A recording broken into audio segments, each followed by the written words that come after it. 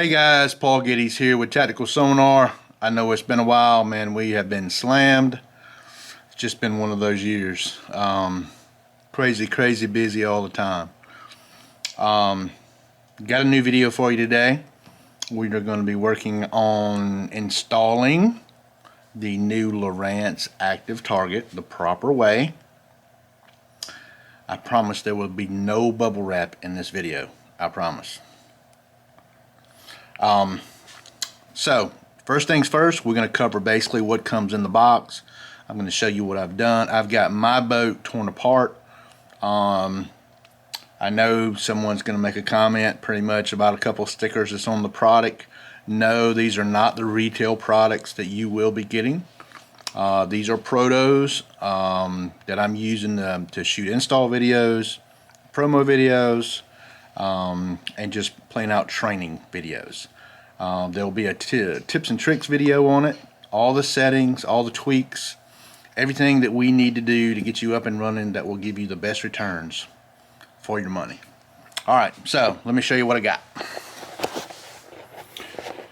Alright, so in the box we have the active target module. Nice heavily built module. Probably, I don't know, 6 pounds, maybe 5 pounds. I don't know. I didn't read the specs as far as what it weighs. It comes with a trolling motor. If you're going to mount it on the side of your trolling motor mount, comes with those mounts, and the pipe clamp and everything that comes with it. Comes with your power cable. This power cable is standard for the LSS2 box, the 3D box. This is the same exact power cable. So I've got asked probably 100 times if you had a 3D module power cable laying around that was already wired into your boat. Can you use it? Technically, yes, you could use it. Would I recommend it? No. One of the things that I'm really going to stress today is about running a dedicated harness, for this device. You don't want to be sharing power and getting below 11.5 volts for this. I'll touch back on that here shortly. Comes with a 15-foot Ethernet cable. So basically what you're going to end up running is you're going to run your sonar, your Ethernet, and then your power. You'll have a 3-amp fuse basically in line. That's what Lowrance recommends. Alright, so now this is the decal I was talking about, not for sale. Everybody knows now. I know I'm going to get a lot of questions on that. So yes, this is a proto. Yes, we are still working on final software updates, everything else that we're going to be doing. I'm guessing, I don't know, I would, from what I've heard and different things, maybe, I don't know when I'm going to release this video. So this is the week before Christmas. I'm hoping the week of Christmas or a week after if it's going to be shipping. So that comes with a long transducer cable. This is the active target, so this comes with the bracket. So that's basically one of the brackets that you can actually go from forward, down, and scout mode. Alright, so now what I've already done, I've had to move some stuff around. I had the live sight on here on my bracket that was down here on the 3-in-1 on the Ghost. So I had to move my Hydrowave speaker. I've already got this mounted right here. Now this is the new active target mount. So one of the things that you're going to notice right away is it's going to be having a good slant going down. Now, if you're familiar with our competitors' products, I'm not going to name any names, but if you've ever installed one of those before, its mount was on the outside. So with this mount, you mount it actually with the angle down toward the foot and in line perfectly with the shaft. So these pretty much just like your typical screw-in knobs like for your units. So you'll have two different knobs basically moving you forward to down, one knob for forward to down, and then basically two knobs for the rotation of going to scout mode. So what we're going to do here is what I run on my boat. Now you're going to see right here that I have an absolute disaster going on here in front of my boat. There's my 212s that go up front. I have got my console torn apart. I run on my boat Sea Clear power harness. I've ran it probably 7 months now, maybe 6 months now. I have no issues with that power harness at all. Sonar Pros makes a harness that's really good, but Sea Clear power harness is basically it's who I'm running right now. And so everything looks good, everything runs good. So I'm going to get everything to the next step, and then I'll be back in just a sec. Boys, we are back and ready to roll. Alright, so the thing that we're going to talk about right now, we just got our mount done.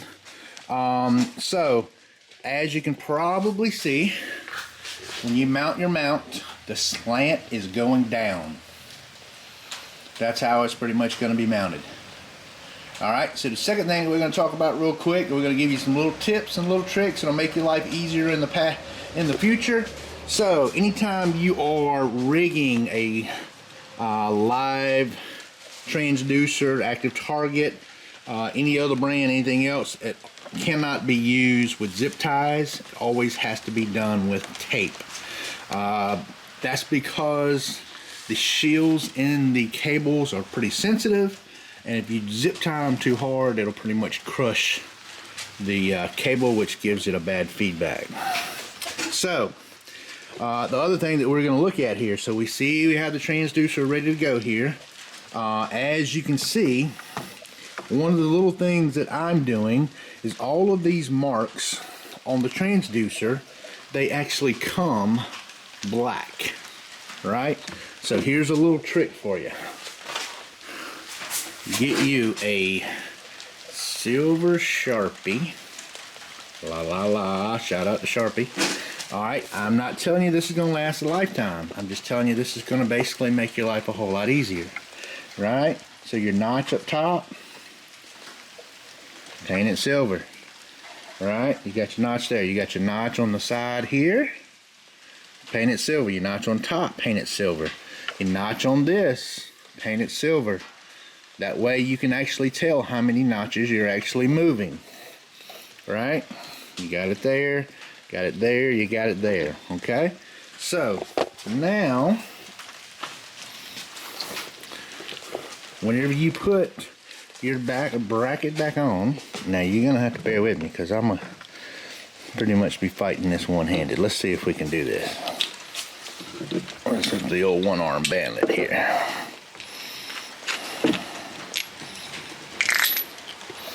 Plus, you got my retarded hand here on my lefty. Don't know what it's doing from the righty.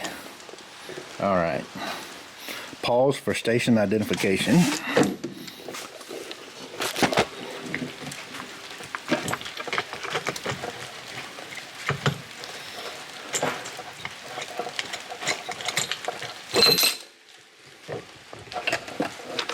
Mother of pearl.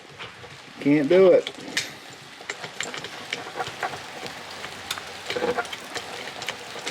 Alright, so we got her started. Alright, so now I'm still having issues here. I'm having some technical difficulties here. Must be the rain. I'm tired of rain. Alright, so now you can see how easy it is to line up. So, now that we got that tightened, alright, so now you see your notch right here. So if you're going to loosen this up, He-Man must have tightened that up. Alright, so now what you're going to do, so hold on just a minute. I forgot to make a notch, paint a notch here, so just hold on, that way I can show you how I do it. Maybe this will make it easier. Let's See that notch right there? See how faint it is? Alright. Got that done. So now what we're doing is we're going, now the first notch right there, down. Alright. Second notch, we're going, that is forward. So now we're tightening up on forward. Right? So it makes sense. So if you got it on, so here's the big difference, guys. And I'm going to touch on this at the end of this video, but one of the key points that I want to make sure of that you don't do is you don't want to flip this transducer over. So right here where this cable comes out, that has to be near the shaft. The reason I'm going to do this is it's going to be very easily, and I think it's going to be a common mistake. We're going to get tons of calls, trouble calls on it, is I think someone is actually going to flip this transducer over. So I'm going to show you real quick how easy it is. Prop in, 3-in-1 deucer here, right? So with the temp gauge, the temp sensor right here up, we're in the perfect position for forward, right? So we got right here, right? It's right up against the shaft. That's how it should be. All right. So I'm going to show you real quick what's going to happen. If you actually loosen this up and you're not paying attention when you install this, you can actually put this side down, which is going to move this cable out to here. The transducer will not work properly like that. Plus, your cabling is going to be backwards and you will not be able to go to scout mode. So, well, let me rephrase that. You would be able to go to scout mode, but it will not work properly because what you're going to have to do is fold down if the cable is out this way. Okay, so now what I'm going to do is I am properly going to go to scout mode this way. So we're going to loosen our base. All right, so what we're going to do is we're going to flip around. I'm going to get you close on your notch. Right, now we're on our notch, so now we're going to tighten it down. Right, now we're going to come out here on our notch. I don't know if you can see the notch here. I'm going to paint that again for you. I know it's hard to see. All right, so it's going to be right there. See my notch? All right. It's not perfect. I don't need it to be perfect. All right, so I want my notch there. You're going to be good to go. All right, you got your notch there and your notch there up top. Now you're looking, if you're looking at it, now you're in scout mode. Now you see what it looks like. That's the proper way to go to scout mode, right? So, everything that you're looking at can be manipulated. If you flip that transducer over, now it's going to be backwards. The problem is it's going to hit down here. So you don't want to do that. You just need to pay close attention whenever you're putting this transducer on. The other thing that I'm going to touch on right here while we're talking about this is before you go into tape mode, which I've already taped this, and I've done this just to speed up the video here a little bit. In order to measure the correct length of cable that you're going to need, I want you to go to forward mode on the bracket. Then I want you to actually loosen and go right to forward mode here on your second notch. That gives you about a 3-inch loop right here, and that gives you enough slack that when you go to scout mode, forward, if you go to down, that gives you enough leeway without any pressure on the cable, and you can pretty much change it very easily. So now the biggest thing, the other little thing, you know, I've mentioned it twice already, but I'm going to say it again. You've got to keep pretty much, when you're taping this, you can see, now I've done this sort of as a temporary because I've got to send my my transducer and box back to get my retail one. This is just a proto box, and we're basically finalizing everything and things are getting ready to go out. So the other thing that I want to touch base on is how we went inside of here. So you got to make sure that you've got enough slack here. I normally tape this together right here, but knowing that I have to take it back apart, I'm just doing this for the video. Alright, so when you slide, here's the key secret now. When you're sliding your cable here into your things, you've got your clips right here that's zip tied on. Do not zip tie around this cable. Tape here, tape here, tape here. Keep your zip ties off of this cable. You can still hold that whole cable clip in there. That's what that's made for. Those little bitty slots right there is what the zip ties are made for. As you see, my cable goes in, and it goes in here, and then goes to the foot pedal. Now, that right there covers the basic of the installation.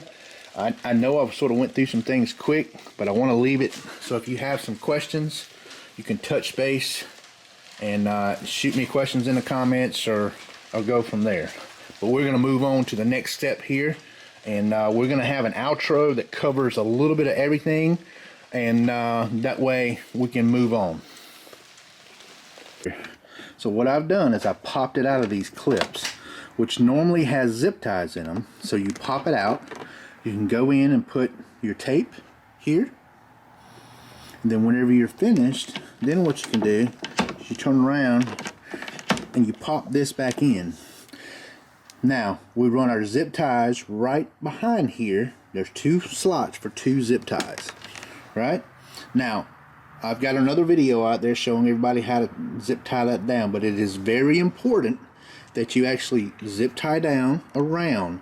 Now, one of the key factors that you want to do when you're zip tying, you see that space right there? You go underneath the active target transducer wire.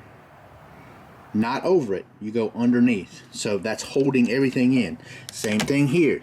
Whenever you do that, you go in between your space. That's the reason I left a space there for that. Got tape here and tape here. Alright, so now we're working step by step. So as you can see, I got a disaster down here. So what I'm doing is once I get to the next stage, then I'll go ahead. I've got all my T's mounted and everything else, and then I have my bus bar here. So basically everything will terminate directly there. So we're getting ready to move on to our next step. One of the key things I want to mention, you do want to run your transducer wire through your bracket hole before you connect it to the box. Because if not, you're going to have to basically figure out a way. It's so bulky that your front housing will not bolt down all the way if you try to run it in the side. So what I'm doing is I'm coming down through it, and it'll go right to the box right here. Whenever I mount it on the side console, as you can see, the active target module there. So one of the things that we're really working on right now is we're going ahead and running all the wires back to here. Let me walk around here. Excuse the mess, guys. But so what you can actually see is now I have the transducer. This is the active target transducer wire here. I've got my 8-gauge harness, power harness, and then the other thing that we have, which is a very, very, very key ingredient here, is this is the ground wire that goes to the module. So what we're doing is we've tied a 10-gauge wire to this ground.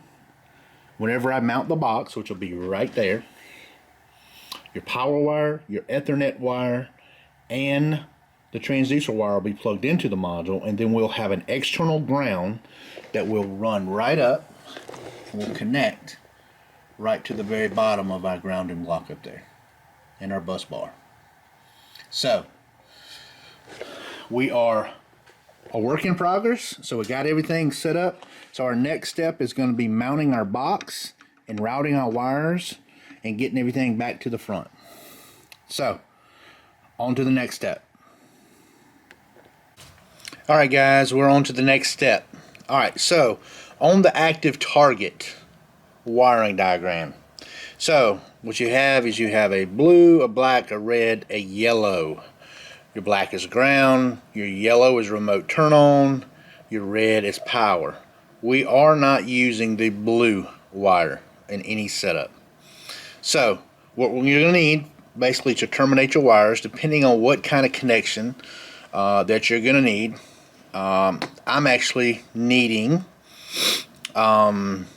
these 1/4 inch and the number 12. So what I'm doing is I'm taking 1/4 inch heat shrink, putting them over each one of these, the red, the yellow, and the black. Alright, so I know I'm going to need this circle connector, so I'm going to turn it around, and then we're going to use our crimp tool, and we're going to basically press it once at the very beginning. I'm going to slide back about 1/8 of an inch and recrimp it. Alright, so that's what it's going to look like. You got a good crimp. Now what we're going to do is we're going to slide that heat shrink right up. We're going to take our handy dandy little torch and we're going to heat her up, and we're going to watch her shrink right around that cable. So what this is going to do is this is going to help pretty much with our termination. It's going to help with any kind of false connections as far as coming loose or anything. Most of the time I do like to solder my connections, but for this video we're actually just going to do a crimp, because I know 90% of the customers are not going to be able to solder their own, or if they take it to a standard marine dealer, they probably will not solder the connections. The dealers that I have trained said it takes too much time, and they are not interested unless they charge the customer extra. They're not going to do it. Now after it's shrinked, now you can sort of see what it looks like there. I know the camera is going to be focusing on everything. So what we've got is we've got the red, we got the yellow, we've actually got the ground. Now here's sort of a contemplation that you can look at. So the yellow, just like on the 3D box, is a remote turn-on wire. Now what we can do is you can actually hook the yellow wire coming off your HDS, Carbon, Live, or Elite FS. You can actually hook that yellow wire to the yellow wire on the yellow. You can basically tie those two yellows together, and it will act as a remote turn-on. Now, I'm not saying that you have to do that. What you can do is you can actually just put the yellow and the red together, crimp them together.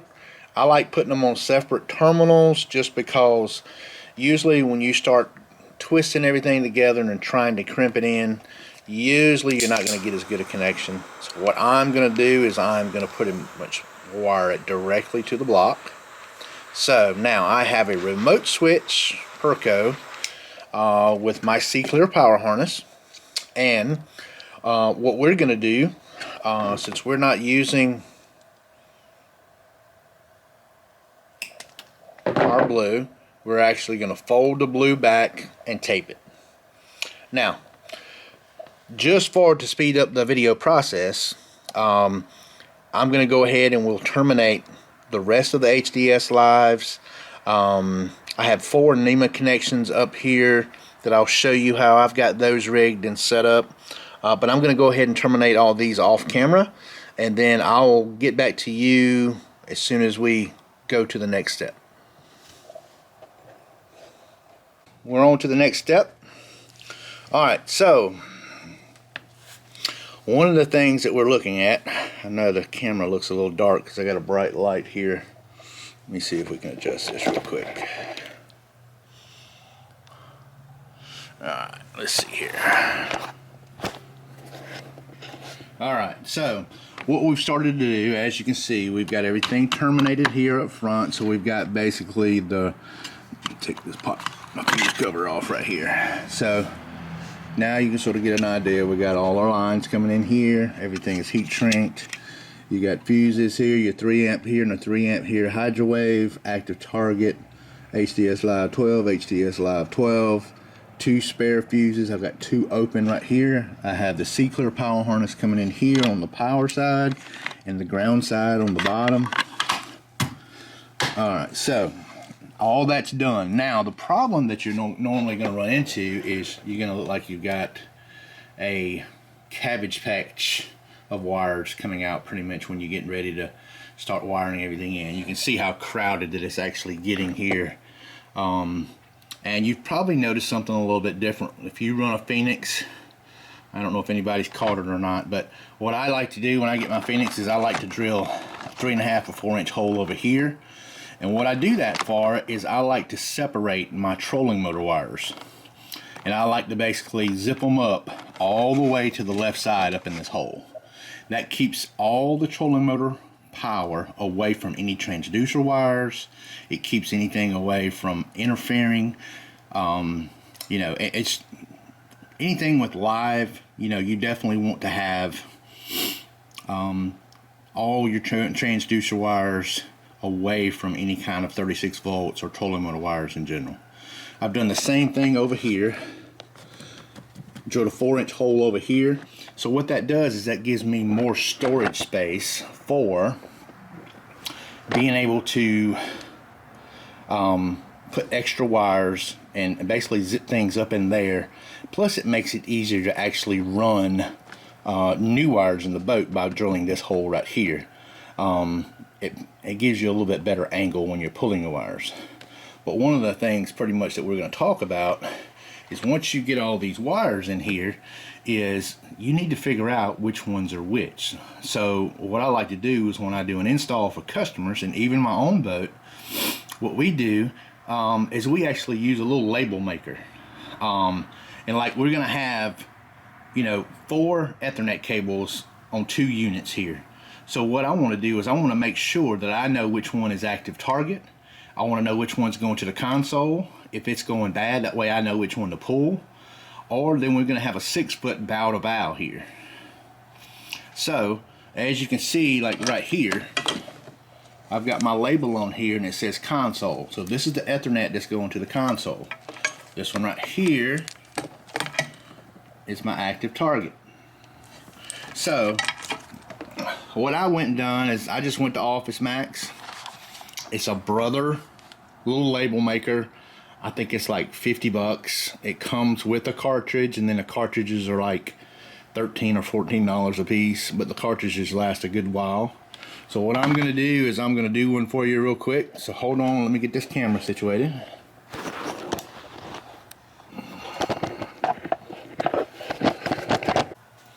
Alright, we somehow shut the camera off. Alright, so we're gonna hit your power. You see, it's the last thing that I got up there was console. So we're going to press clear.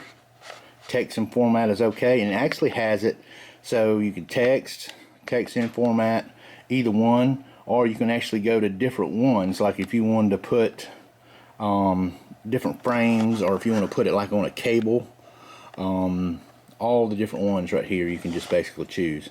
So I do text in format. It says accepted. And what you do is you just type in. So I'm going to put BOW number 2 bow to bow. Alright, so then I'm going to hit print, and it's going to ask me how many copies. So we're going to do 2. Alright, and then we're going to hit print.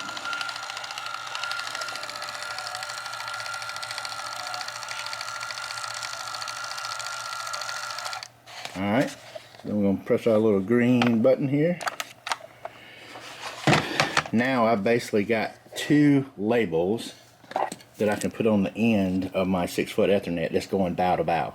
That way when I start troubleshooting, if I have an Ethernet cable going bad, or I'm not grabbing the wrong Ethernet cable to make sure that, you know,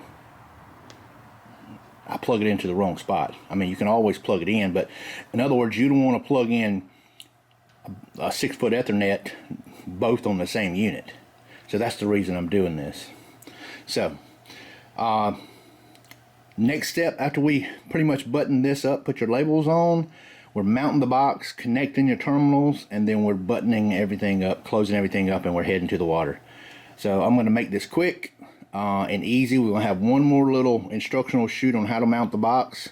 The ground wire to the box is already connected to the ground panel up here, and everything else is good to go. So we're just going to mount the box, and then we're going to put the console back together, and then we're getting on the water. Alright guys, alright, we're back here to the final step. So I hope you can see this okay. So you can see that I actually mounted the box sideways, and there's a reason that I mount it that way, is because when I do the first test, I want to be able to see these lights. And I don't know if you can see these lights, but there's your sonar light, your Ethernet light, and your power light. If you mount it this way, you can mount it that way. You just need to be able to make sure you can see your lights. I like mounted this way. It will not hurt anything mount that way as long as you have your service loops. And what I mean by service loops is called a drip loop. So if there's water that gets right here, it's going to come down here, it's going to drip, and it'll go to the bottom. Same with every connection. Every one of these have a drip loop. So nice and neat. That's what it looks like finally installed. So that's what your box should look like. It's screwed into the sidewall. This is a Phoenix 2020 Phoenix. That's on the sidewall right there. Everything zipped up nice and tight, nice and neat. All right, our next one is we're gonna go ahead and hook up our power, test everything, and then we'll be out on the water.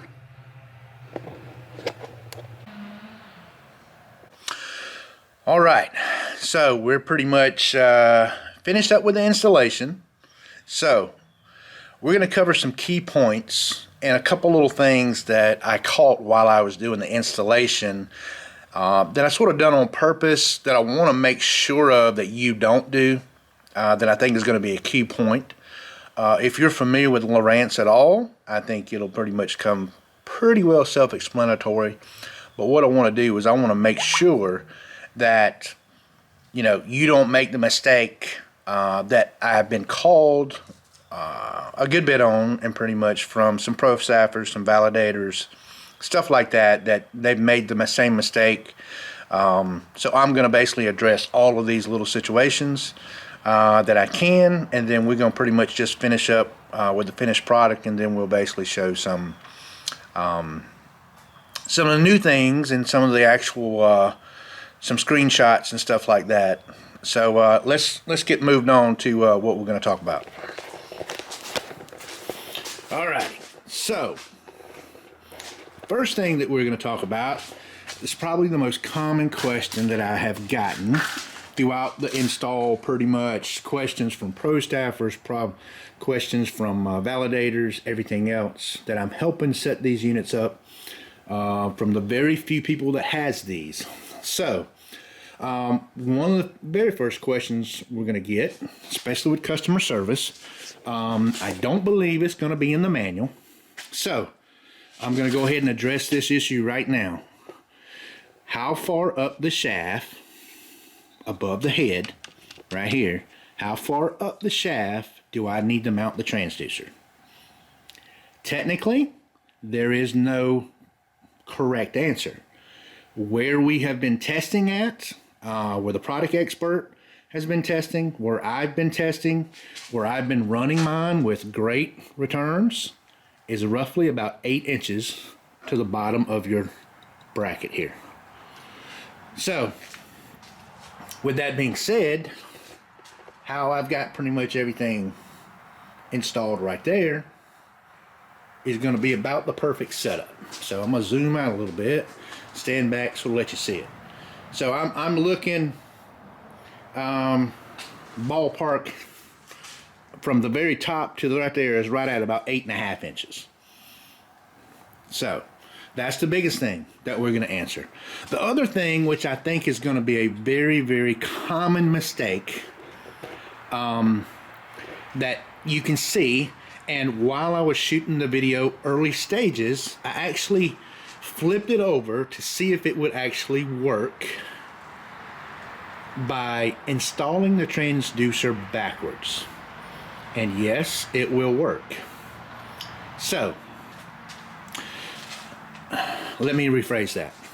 Yes, it will work on the mount. No, it will not work on the graph. So, what I mean by installing it backwards, so what I'm going to do is I'm going to take this off. Alright? So, as you can see, you have a port and a starboard side to whichever one the shaft is going to be on. So in other words, the transducer, whatever side the transducer is going to be on the shaft. So if it's actually going to be, you know, on the starboard side, if the transducer is going to be on the starboard side, in other words, with the prop in, you're going to have your cable, well, just like all of Lowrance's transducers, your cable is going to be the closest to the shaft. Okay, so now watch this. Watch it real close. If you flip that transducer over, now what happens? Yes, it has notches. It will fit right there. See your notches? Everything will work. Everything will look good, right? But the transducer is upside down. See how this cable is out here? Out here on the outside of it? That is upside down. This is the correct position. So then we'll go back to our notches. That's forward, that's down. So as you can see, earlier in the video, pretty much I was flipping and flopping between the brackets and trying to get the correct length to make sure you had enough slack here. So one thing that I know is going to happen, because when I was flipping and flopping earlier and flipping basically to here, I can see I caught myself being able to actually, you know, whenever you go to put it on and you're going forward right there, it's very easy to flip it the wrong way. So you need to pay close attention when you're doing this. Alright, so here's the next thing that we're going to address. It's going to be the scout mode. Okay, so now the scout mode, I've then got 3 questions on this from guys that is using this, testing this, and we're trying to get all of these addressed before it hits the straight public. So I have this loose and I have my scout mode bracket loose. The proper way to go to scout mode is you're going to go up, you're going to line your notch right there, right? And then you're going to align your notch on the bottom. So here's the key factor. Your bracket right here, let me come around this side. Your bracket is pointing up. See the L in it? In other words, now, let me step back and I'm going to show you. Now that bracket, I'm going to come in from the top. Now that bracket is coming out. The reason I'm showing you this is because if you actually flip the transducer over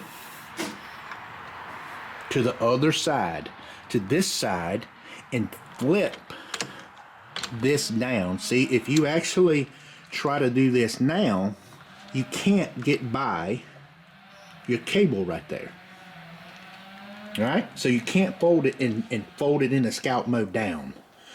But if you take this off and flip this transducer over, the cable will be out here and you can go in the scout mode there. But your beams are going to be backwards and upside down. So it's really important that whenever you're doing this is that you pay close attention. One of the reasons that I'm telling you this is because one of the key factors is in the installation manual.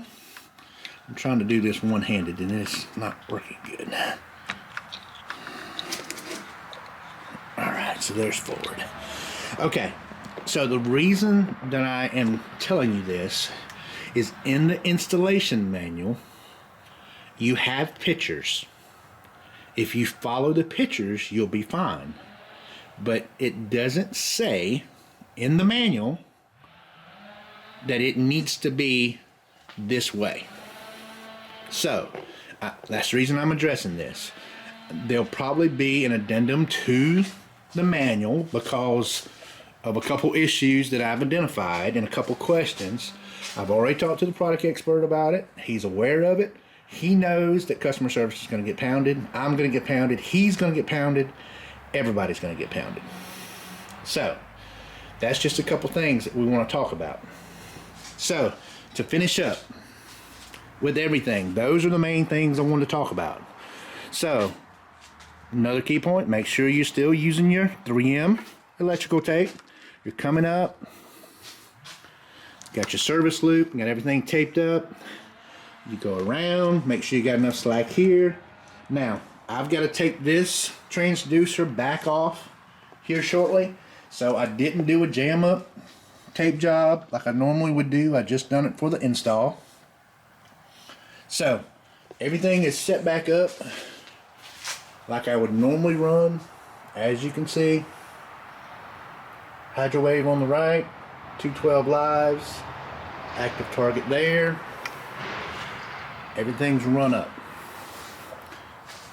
Alright guys, so stay tuned for some new product info. Pretty much that is I'm going to basically give you some real good content. I've already got a lot of good video. Like I said, I've got to send this stuff back, the proto stuff, get the retail version of it. So all the content videos are coming soon. Subscribe to my channel, PaulGettysFishing. If you need help, tacticalsonar.com, or you can go to facebook.com. Look me up, Paul Gettys, PaulGettysFishing, or Tactical Sonar on Facebook. We do offer, still offering remote setup at $75 for 2 units. If it's 3 units, it's $125. And what I mean by a remote setup is you call me if you're on the water or you're not on the water.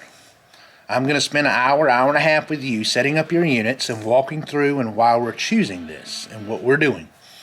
So, if you're interested in that, give us a call. The shop number is 864-992-6362. The call volume is still going through the roof, so bear with us. If you leave a message, it may take us about a week to get back to you. If not, keep bugging us and we'll answer the phone. I appreciate you watching. Thanks for all the subscribers and all the positive feedback. A lot of new content. And we're actually going to be doing a live video here very soon of some new and exciting stuff that we have going on here at the shop, and some new stuff in the works. So we'll be talking to you soon. I hope you enjoyed the video. Thanks.